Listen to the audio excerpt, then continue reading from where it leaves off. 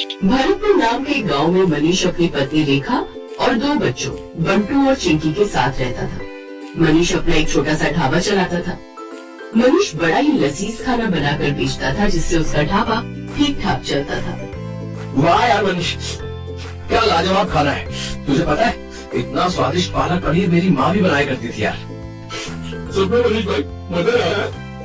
उसके ढाबे पर उसके गांव के और आसपास के गांव के लोग खाना खाने आते रहते थे, लेकिन अब जुलाई का महीना शुरू हो चुका था। उसका ढाबा कच्चा बना हुआ था, जिस कारण बरसात के समय में वहाँ पानी टपकना शुरू हो जाता था और इसलिए बरसात में उसका धंधा मंदा पड़ जाता था। उसके ढाबे पर कम ग्राहक आने लगते हैं। बाहर बारिश जोरों पर थी। हे भगवान, पिछले 2 हफ्ते से बहुत ही कम ग्राहक आए हैं ढाबे पर। अगर ऐसे ही चलता रहा तो कैसे काम चलेगा। कहीं ऐसा ना हो कि फिर मुझे अपना ढाबा बंद करना पड़े। आप चिंता मत कीजिए जी, ऊपर वाला सब ठीक कर देगा। बारिश में लोगों को आने में थोड़ी दिक्कत तो होती ही है, ऊपर से ढाबे में पानी भी टपकता है, शायद इसलिए। अच्छा चलिए, आज मैं भी आपके साथ चलती हूँ ढाबे पर। वो दोनों ढाबे पर चले जाते हैं। उस रोज भी खाना बनाते हैं, लेकिन उस रोज भी बारिश के चलते कोई नहीं आता। लगता है आज भी ये सारा गरीबों में बांटना पड़ेगा। कोई ग्राहक नहीं आया। उस रोज भी वो सारा खाना गरीबों में बांट आते हैं। ऐसे दिन बीतते हैं। एक रोज आधी रात के समय गांव में तेज तूफान आता है और जोरों से बिजली कड़कती है और वो बिजली उसके ढाबे पर आकर गिरती है, जिससे उसका ढाबा जल जाता है। ये क्या हो गया रेखा? अब मैं क्या करूँगा? मेरी तो रोजी रोटी ही छिन गई। मेरी भी कुछ समझ में नहीं आ रहा जी, लेकिन आप ज्यादा टेंशन मत लीजिए, नहीं तो आपका बीपी बढ़ जाएगा। दिन ब दिन बारिश बढ़ती जा रही थी और मनीष उसी बारिश में काम ढूंढने निकलता है, लेकिन उसे कहीं भी काम नहीं मिलता।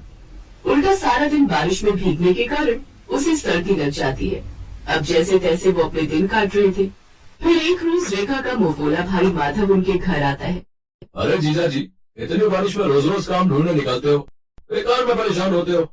इससे तो अच्छा ये होगा कि आप मेरे साथ चलो और मेरी दुकान पर काम करो। वैसे भी मेरा आदमी अपने गांव गया हुआ है और मैं आपको महीने के आखिर में तनख्वाह दे दिया करूंगा। क्यों दीदी, ठीक कहा ना मैंने? हाँ, माधव बिल्कुल ठीक कह रहे जी।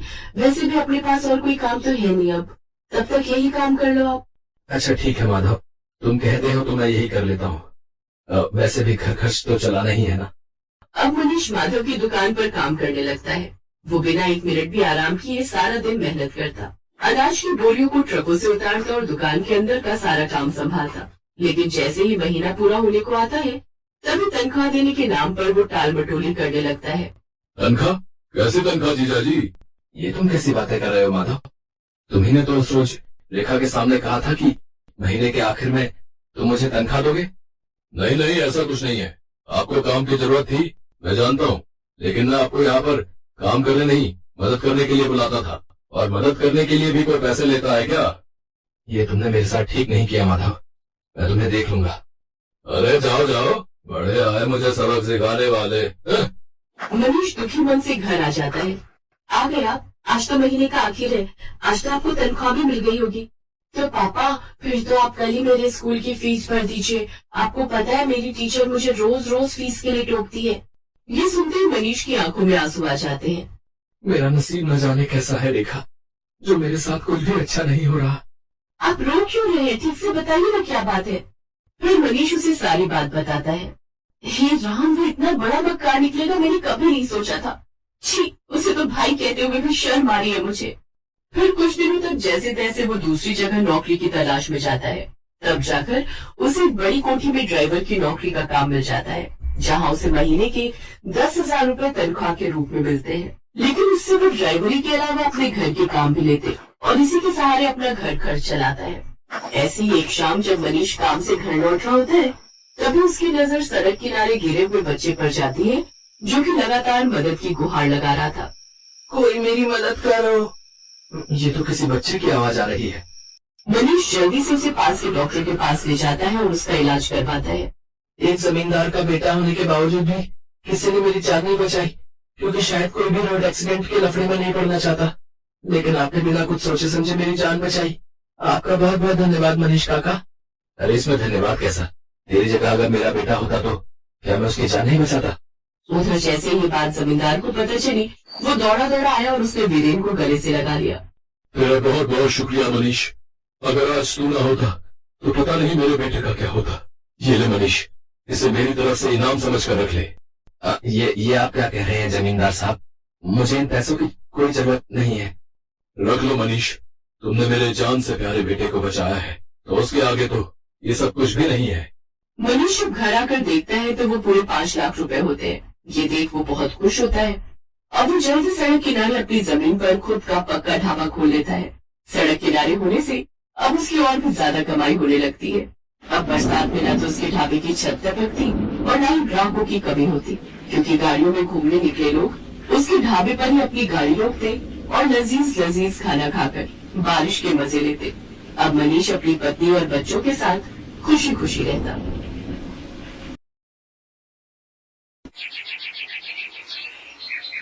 बेलापुर गांव में आत्माराम और उसकी पत्नी गायत्री रहते थे। गायत्री चाय की बड़ी ही शौकीन थी। जैसे ही बारिश का मौसम आता तब तो वो बस हर वक्त चाय की रट लगाती रहती। उसका पति आत्माराम मेहनत मजदूरी करके कुछ पैसे कमाता था। गायत्री घर संभालती थी, लेकिन वो चाय की इतनी शौकीन थी कि घर में राशन हो ना हो, लेकिन चाय बनाने का हर सामान हर पल उसके घर में रहता।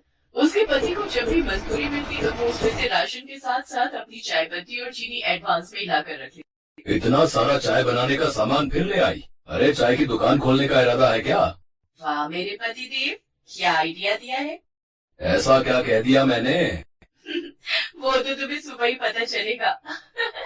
गायत्री के पास एक पुराना टेबल था। अगले दिन सुबह उसने उस टेबल पर चाय की दुकान लगाने का फैसला किया। वो अपने उस टेबल को घर के बाहर ले आई और उस पर चाय बनाने का सामान रख दिया। मानसून का समय था, जिससे मौसम काफी सुहाना हो रखा था। चाय ले लो, सिर्फ 5 रुपए में चाय। आओ आओ, इस सुहाने मौसम में चाय का मजा लो।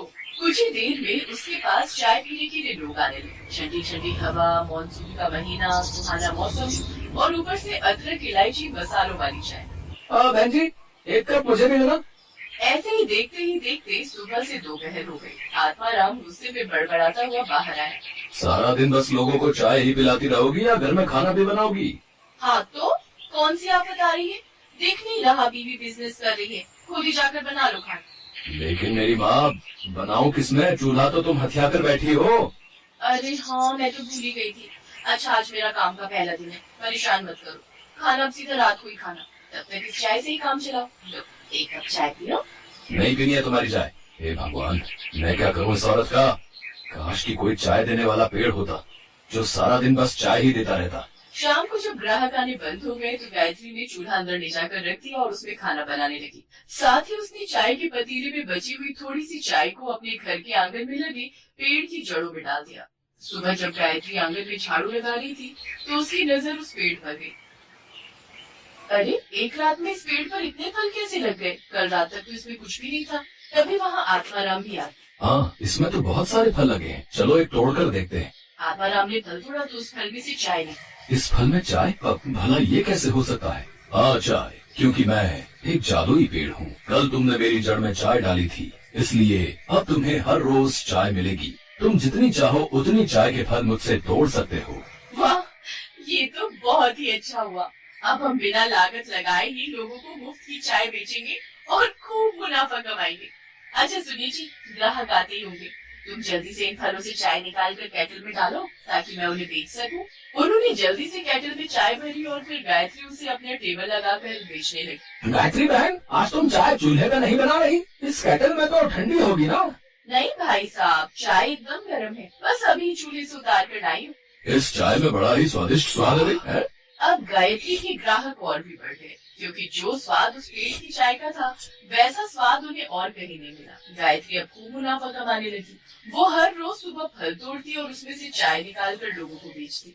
एक रोज ऐसे ही रात को बहुत तेज आंधी तूफान चलने लगी और धूप की बारिश हुई, जिसमें कि उस पेड़ पर लगे सभी फल टूट कर नीचे गिर गए। ये देख गायत्री बहुत परेशान हो गई और रोते हुए भगवान से प्रार्थना करने लगी। हे भगवान, ये क्या, सारे फल तो नीचे गिर गए। अब मैं अपने ग्राहकों को मुफ्त की चाय कैसे बेचूंगी? सोचा था अब हमारे अच्छे दिन आएंगे, अब हम कुछ बचत कर पाएंगे, लेकिन लगता है हमें फिर से दिहाड़ी मजदूरी करके जीवन काटना होगा। इसके बाद गायत्री उदास होकर दरवाजे पर ही बैठ गई और उसकी वहीं आंख लग गई। लेकिन अगली सुबह जब उसकी आंख खुली तो उसने देखा कि वो पेड़ फिर से पूरी तरह चाय के फलों से भरा पड़ा है।